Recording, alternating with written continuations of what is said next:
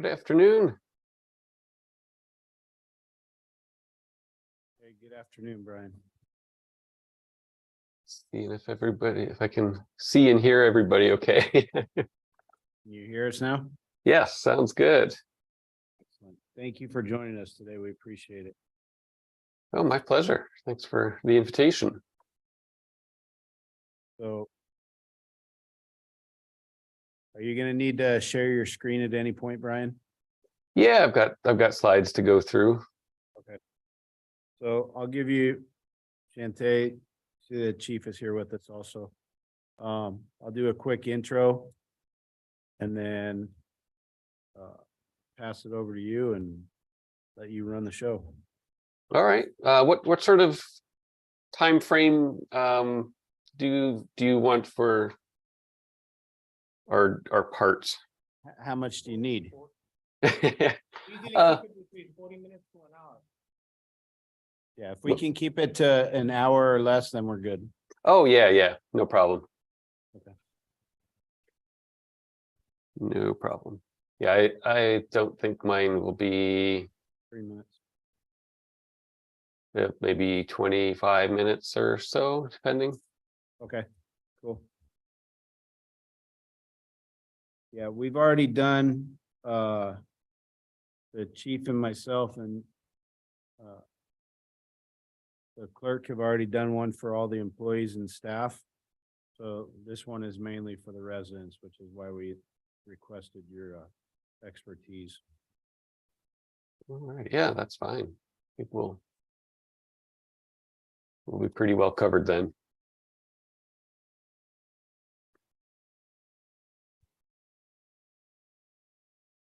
So we're just waiting till 4 and then we'll hit it live. I don't know how many Yeah. people are waiting right now.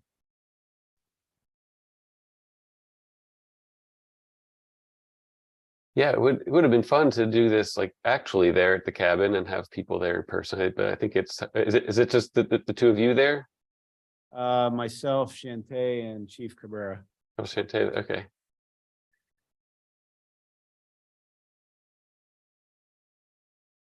If you know, we get enough response and they'd like to do it in person, we can always schedule another in person and have you come by. If you're down for that. Yeah, we'll see if there's I don't know how to gauge interest for that. Well, I know we put it out on the Biscayne Park Next Door page. Shantae put it out on Next Door. We also sent emails out to all the residents. Issa's put it out. I believe we posted it at the park also. So. Well, and it's recorded too, so because it's kind of a time of day where people might still be at work and can't tune in. Yeah.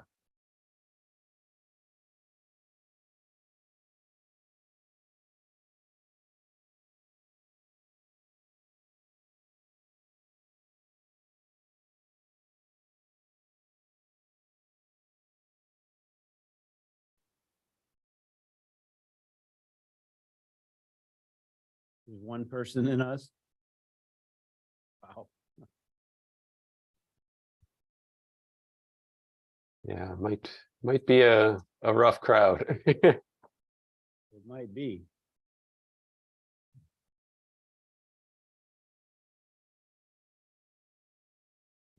Hopefully there'll be a few more straggling in, but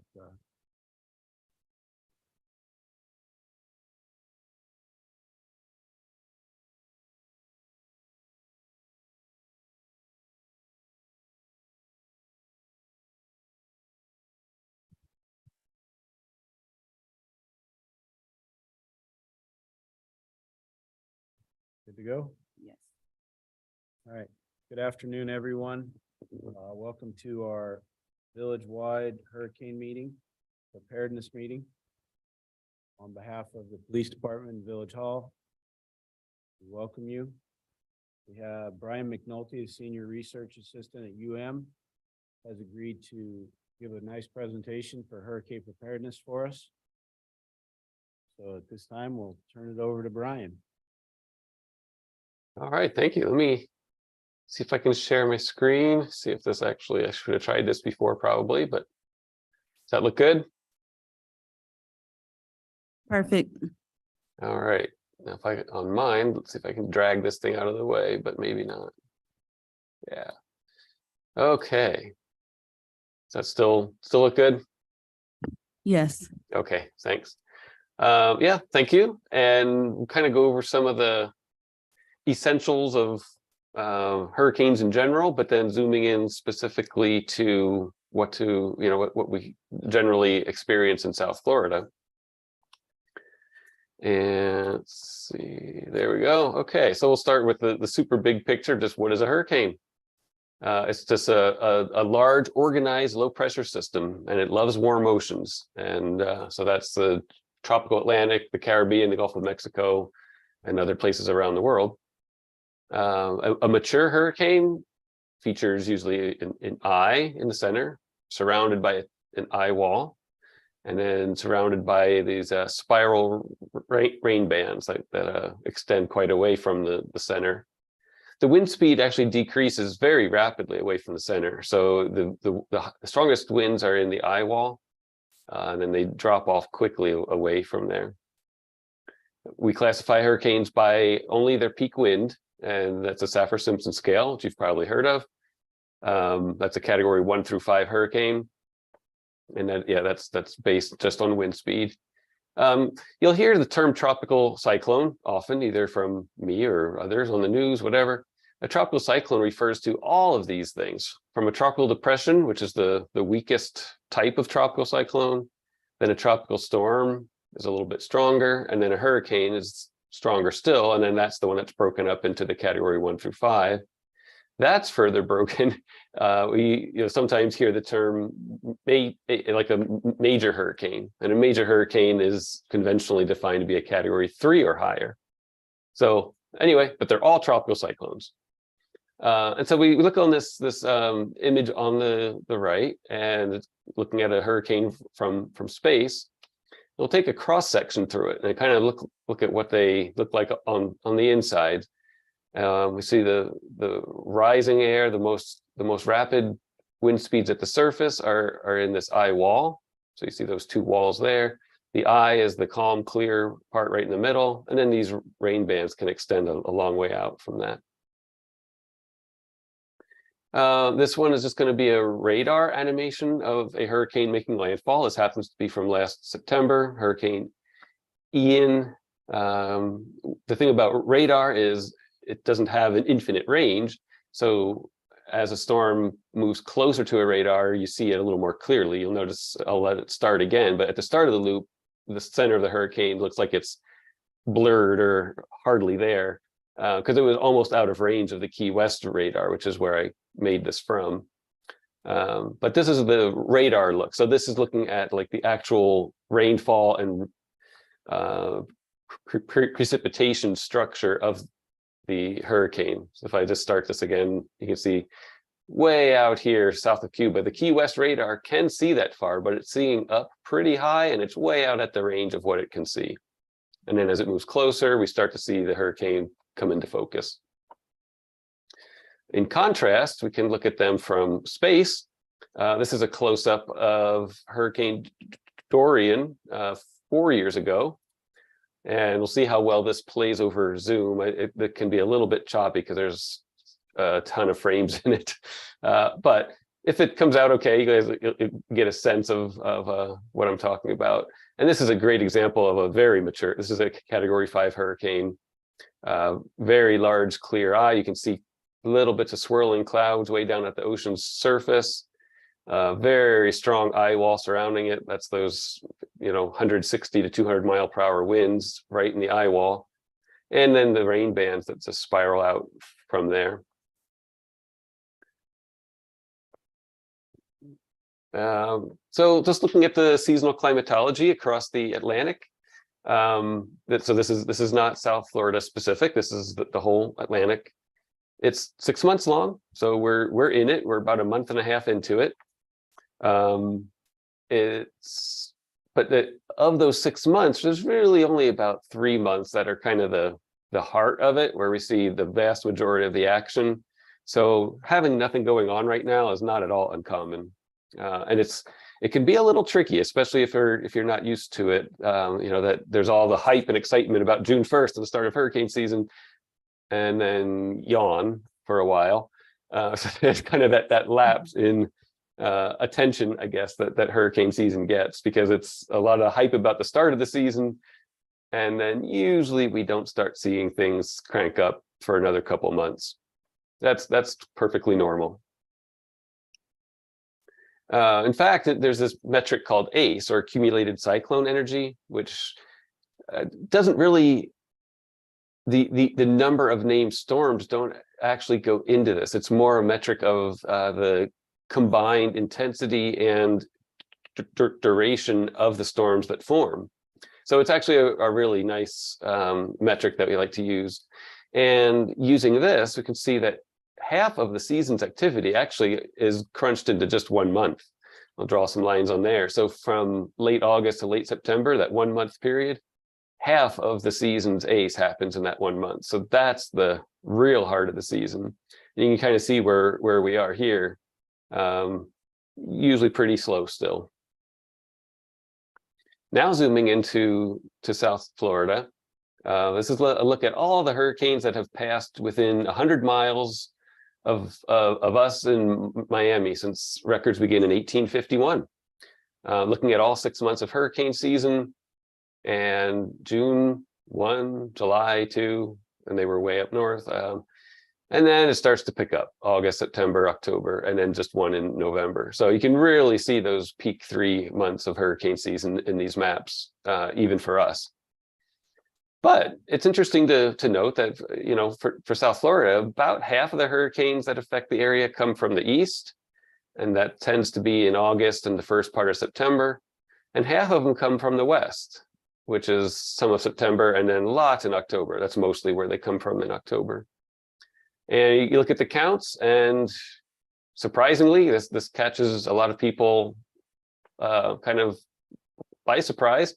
October is actually the peak month for hurricane activity here. That's when we've had the most encounters in South Florida. So again, you don't want to tune things out too soon. We often get nervous about August and September. We certainly had some strong impacts then, but the end of September is not at all a time to think we're in the clear. The average return period, so when you take all these encounters divided by the number of years, it's about 1 every 3 years. But of course, that's not how nature works.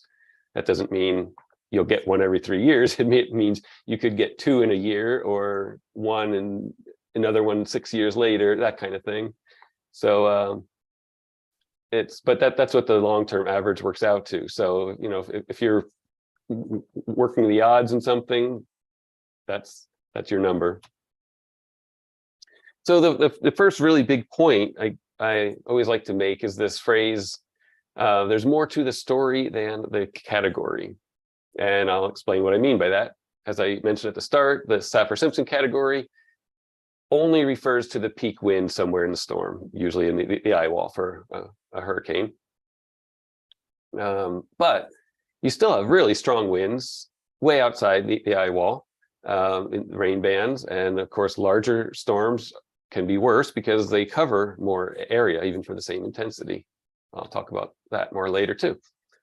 And it's not uncommon at all to have tornadoes spawned by hurricanes as they make landfall, and they're often in the rain bands. They're usually not in the eye wall. So you can get several tornadoes in the rain bands hundreds of miles away from the center of the storm, and that's very normal. Another thing that extends very far from the center is coastal flooding, or the storm surge. So that's the ocean basically being pushed onto land by the wind. And of course, inland flooding from rain is a big deal. So the phrase that kind of goes along with this, the point of there's more to the story than the category, is a lot of people will say, oh, it's only a category 1, I'm not going to do anything. Well, in the recent hurricane history in the US, wind, i.e. the Saffir-Simpson rating by the category, was responsible for only 15% of fatalities from hurricanes. Rain was 65%, and that has nothing to do with the category rating. So it's only a category 1 or it's only a category 2 has nothing to do with the hazard that actually kills people. And then for anyone who was around 6 years ago for Irma, that made landfall in the Middle Keys. It was a category 4 hurricane there, and then made landfall up again in the southwest part of the mainland as a category 3. But for us out here on the urban southeast part of the state, it was an upper end tropical storm. So that's the peak winds that we got. And if you were here for Irma, you know it made a significant mess. And so that also kind of speaks to that it does not take a tremendously strong storm to make a tremendous mess. That was an upper end tropical storm, not even a category 1 hurricane here. And it took years to figure out the FEMA accounting and months to clean up the mess.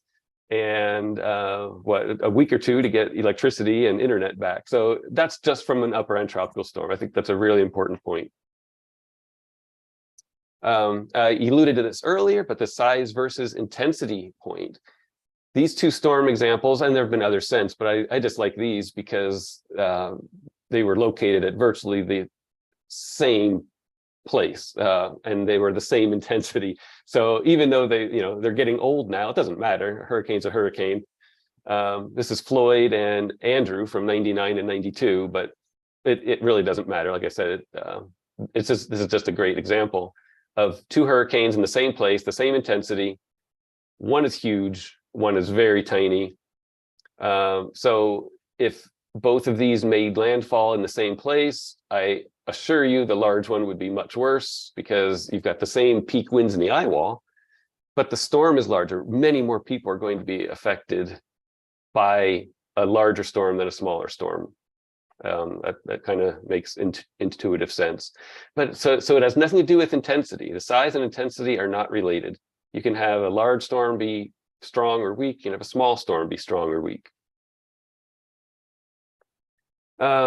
This is something that gets quite a bit of attention, and it's a little scary, I have to admit, and I'll explain why. But there've been a lot of improvements in track forecasting and intensity forecasting, but this rapid intensification, where storms can increase by 35 miles per hour or more in a day, is actually still pretty hard to forecast. And amazingly, all 4 of the hurricanes that made landfall at category 5 intensity were tropical storms just 3 days before. So you go from a tropical storm 3 days up to a category 5, and that's true for every single one that's hit the US. Obviously, the reason that that's scary is most people aren't going to be paying nervous attention to a storm that's a tropical storm 3 days out. I don't know. I think that's probably true. Most people would kind of be like, well, maybe I'll think about doing something. But this is what's possible in nature, and it's what's happened every single time. So this is something to be aware of, that these things are possible, and just because it's only a tropical storm, don't tune it out. So I'm going to spend a bit of time on the forecast cone, this track forecast cone, because I actually do a lot of work with this, and people really tend to misunderstand it. So I'm going to spend a little bit of time on it. We often call it the cone of uncertainty, but it's actually called the track forecast cone. And it's just designed to contain the path of the center of the storm with a 2/3 likelihood historically. So they use track errors from the past 5 years to construct the size of the cone. The cone gets larger at longer forecast times. You see that on the right. So the storm is located at the orange dot. And as the days go on, the cone gets larger and larger because the uncertainty is increasing in where the center will track. But the same cone is used all season long for every storm. So you see something from a storm that's in June, you see another one from August, you see another one in October. They are exactly the same cone. Obviously, it can look different. If the storm is moving quicker, the cone will look more elongated. If it's moving slowly, the cone is going to look more squashed. But it's the same construction of it. And in this figure down in the lower left, I just took an example forecast of a hurricane and just plotted 4 different actual cones on it. These aren't made up. This was the actual forecast cone in 2003 in purple, and in 2010 in blue, and then in green and red for 2017 and 23. And you can see it generally shrinks with time. That's the result of track forecast errors reducing in time. That's great. So yeah, the cone shrinks. It's shrinking by a lot less though lately because it's getting harder and harder to make improvements. So we might be nearing kind of the end of these huge improvements. But anyway, that's kind of an important point too, is that the cone has not been the same since it first came out 21 years ago.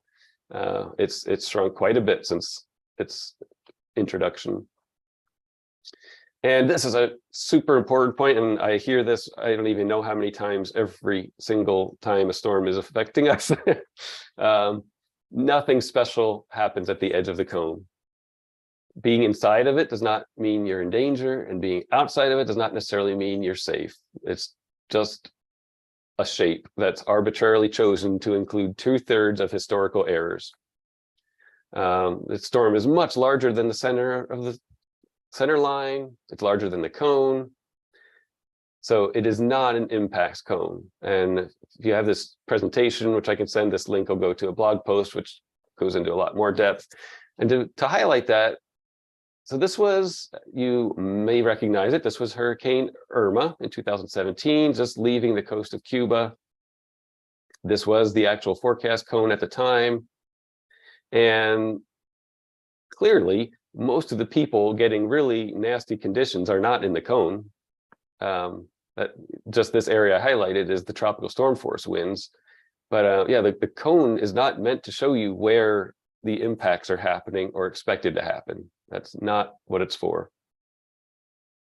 Now, this is going to seem like a little bit of a rant, and it's kind of designed to be because it's very frustrating, and I'm calling it lessons from the cone. We're going to talk about Ian. It ended up being the deadliest hurricane in Florida since the 1935 Labor Day hurricane.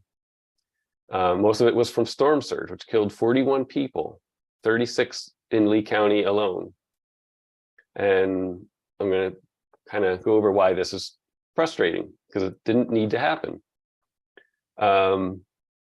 This got a lot of attention, and the officials in Lee County ignored their own protocols, which was found, they saw their little rule book. A lot of emergency managers have this, of checklists and if this, then that kind of thing. Great, that's nice to have. They ignored it because they wanted to see how the forecast evolved. And that completely defeats the purpose of having the protocols. So they delayed critical evacuations more than a day after 5 neighboring counties. By the time they did, it was too late for many people to leave. And a lot of people regretted that they didn't leave, obviously. Storm surge watches and then warnings met and exceeded their own evacuation triggers 2+ days before landfall. So one thing to point out with this, the eventual landfall point is this red dot, like right where the center of the eye crossed the coastline. I drew all 24 cones on here leading up to landfall, from advisory number 1 to advisory number 24. And that yellow line is the area enclosed by all 24 of those cones. And that red dot is inside that.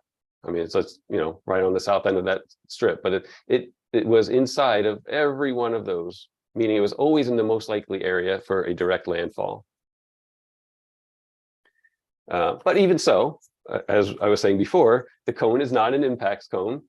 It's not intended to convey risks. We have watches and warnings to do that. Okay, fine. This is the timeline for storm surge, and I'm picking up storm surge because that's the thing that primarily killed people in this storm. All the neighboring counties started to evacuate here about a little more than 2 days before tropical storm force winds came. For their own reasons, Lee County waited more than a day later and gave people less than a day before tropical storm force winds came. And as we know, you want to have your preparations and evacuations done by that time, because it's really not safe to be outdoors once tropical storm force winds come. That's when trees start having problems and breaking and power lines and such. So that was the window for people to be told to evacuate to when tropical storm force winds came. So it's a frustrating example of how the cone can be misinterpreted, not just by the general public, but by emergency managers even. So moving on to the next big point is this: it only takes one phrase. I'm sure you've heard that before. I hope so. If not, I'm happy to introduce it to you. So regardless of how active the season is expected to be, so that's those outlooks that we like to see on the news in June or whatever, like, well, the season's going to be above average or below average, whatever.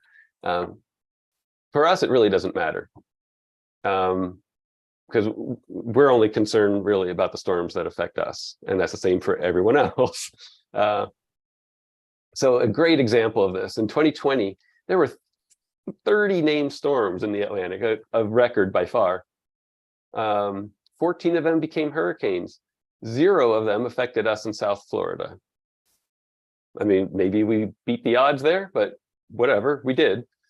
And obviously the most infamous case of the inverse of that is 1992, very inactive season by any measure. Only 7 named storms, which is really low, and only 4 hurricanes during the whole season. But one of them happened to make landfall here in Miami-Dade County as a Category 5 hurricane. So for us, that was a bad season, but it was an inactive season. So don't worry about what the seasonal outlook is my point here. We'll treat each one as they come. And we've had some very close calls lately that, you know, should have made you sweat, and we got through them pretty unscathed, thankfully. But I'm looking at Matthew, Irma, Dorian, and Ian here, and I plotted the hurricane wind swaths of those 4 hurricanes, and they were all Category 4 or 5 hurricanes at, you know, when they're out here close to us. Incredibly lucky. And you see this whole urban southeast part of Florida has had 0 hurricane force winds over all of these close calls. It's just amazing. And obviously our luck will run out eventually, but so far this is pretty impressive luck. And I mentioned storm surge before, so I'll revisit that now in a little bit more depth. And it is really just the water pushed on shore by a hurricane. It can occur rapidly in just a matter of a few hours. You can go from, it's looking a little rough out there, to I've got 12 feet of water in my house and I'm trying to break out of the top of my house. It can happen dramatically quickly. And it's typically the most destructive hazard because very little can survive it. It's moving ocean water through a house or a structure with angry waves on top of it and debris floating in it and being thrown. I mean, it just destroys whatever it finds. Lots of things are involved in it. It's not a simple one-to-one relationship between intensity and storm surge. It also depends on the size of the storm, the direction and speed, as well as what the coast looks like. So it's fairly complicated. It's not part of a scale of any sort. You kind of really have to know a lot about the details of the storm to be able to forecast what the storm surge will be. And then a related phrase or term is the storm tide, and it actually matters. It's a different, it's a combination of the normal tide and the storm surge. So what that means is if the peak storm surge comes at low tide, it won't be as bad as if it comes at high tide, because the difference in the Miami area is like 2 to 2.5 feet between high and low tide. So if you get lucky and the peak surge arrives at low tide, great, but that's luck. That's really all it is what time of day does the peak surge come. Obviously, here in Biscayne Park, we don't have any bayfront or oceanfront property, but we do have a weak link, and that's the canal running up the west side. And so this next slide is kind of a worst case storm surge from category 1 through 5 hurricanes. Because I just said it doesn't really relate specifically to intensity or a category, but you can integrate over lots of these other components like size, direction, and speed for each intensity. So you can kind of combine and make the worst of. So that's what these will be. And I highlighted Biscayne Park in the red triangle, of course. We're generally pretty good for even a worst case category 1 and 2. Minimal impacts for even a worst case category 2 along the canal. Starts to creep in a little bit more at a 3. And by the worst case category 4, we've got big problems, and category 5, obviously very big problems, as does the rest of the area. There's just no way around that. But I guess it's a little reassuring maybe that even for the worst case category 2 hurricane, we would see very minimal impact from storm surge here. So that's kind of a useful little tidbit. Zooming way in, Miami-Dade County, these are the storm surge evacuation zones, and evacuations are prioritized by storm surge, not by wind. So again, that's like that. There's more to the story than the category. We don't evacuate people based on wind or their wind risk. It's storm surge risk, because like I said, it's very hard to live through it. If you have a bad storm surge, the odds of you surviving in your house are not great. And so we're for the most part zone C. Just by chance, they have a grid point here that ends at 119th Street, which is zone D, but that's kind of probably too much zooming for our purposes. And then I've made this map, and this is just simply showing how high areas are, and I scaled it to be really zooming in on kind of to show low spots. So this whole map is scaled from 3 to 8 feet above sea level. So anything 3 feet and below is this really dark blue, and anything 8 feet and above is this dark brown. But when you kind of stretch the scale like this, it lets you see the low parts of town and the parts that infamously flood even during heavy rain events. The South.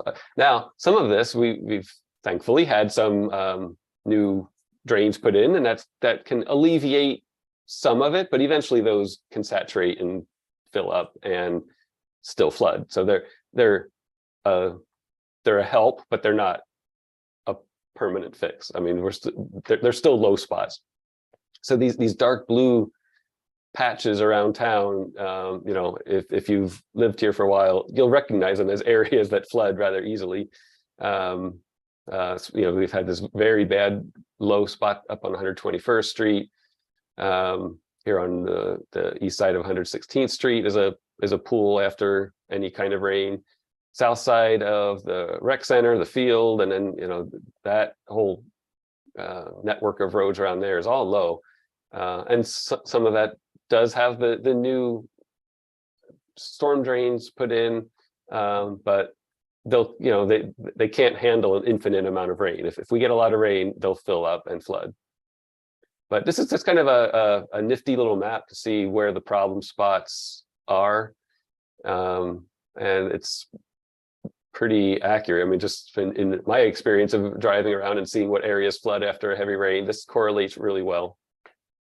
But it's a pretty big deal. It's not just an inconvenience. It does a lot of harm to the road beds themselves. It can compromise septic tanks and drain fields, and obviously, and even enter a house and cause a lot of damage that way. I'm going to do just a quick rundown of how to prepare now, because I think you guys will probably touch on a lot of this, so I don't want to spend too much time on it. So most of the time we're fine, but going into a season, we never know what the rest of the season holds. So it's just we're always living on edge during these months.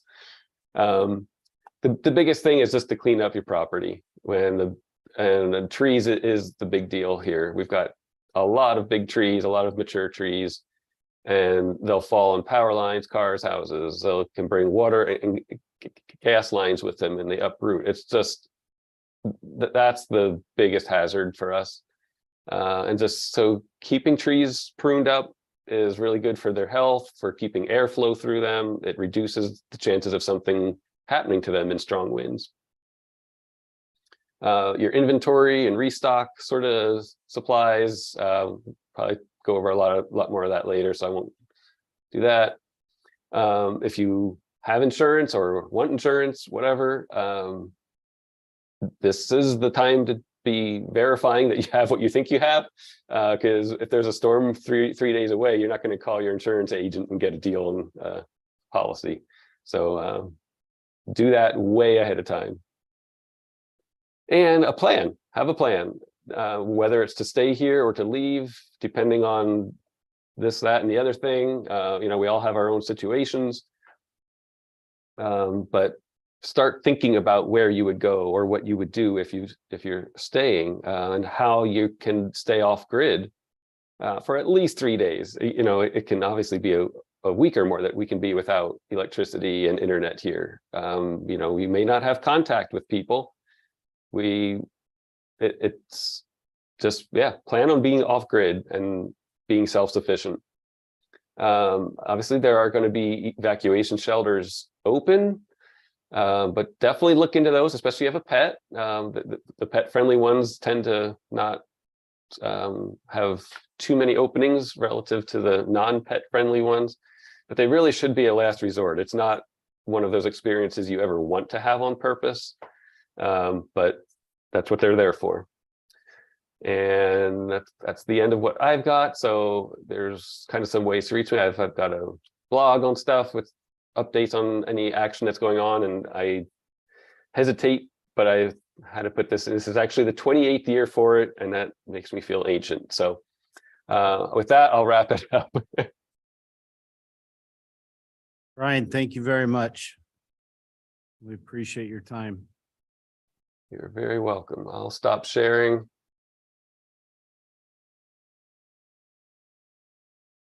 Right. So for everyone watching, in Village Hall and in the front of the police department, we have these booklets. Are you ready? They're free. We encourage everyone to get one. If you cannot, or you don't have the time to come down, you can visit miamidade.gov/hurricane. It's in 3 different languages, English, Spanish, and Creole. But it has numbers, websites, social media, goes over what watches and warnings are, emergency evacuation assistance plans, community and emergency response team, being prepared, disaster checklists, storm prep, evacuations, transportation, something Brian touched on, pet safety, staying safe. One of the biggest things I like about this is in the middle of it, it has a door knocker. So if you're okay, it has a green one and a red one if you need help. So that assists us as law enforcement or FEMA or anyone if in case of a storm, you're needing assistance. So those are available at Village Hall and at the police station. For those of you that have friends that weren't able to join us for this, it will be recorded on the village website, correct? It'll be on the village website. If you have any questions, any concerns, Brian, I'm sure would be willing to answer any questions if you wanted to email him. Am I correct, Brian? Absolutely. Awesome. And also, Brian, if you would please share your presentation, I would like to send it out as well. So thank Oh, you. sure. I'll do that right after this. Thank you. Again, on behalf of the police department and the village hall, we appreciate everyone's attending. And again, everyone be safe. Thank you.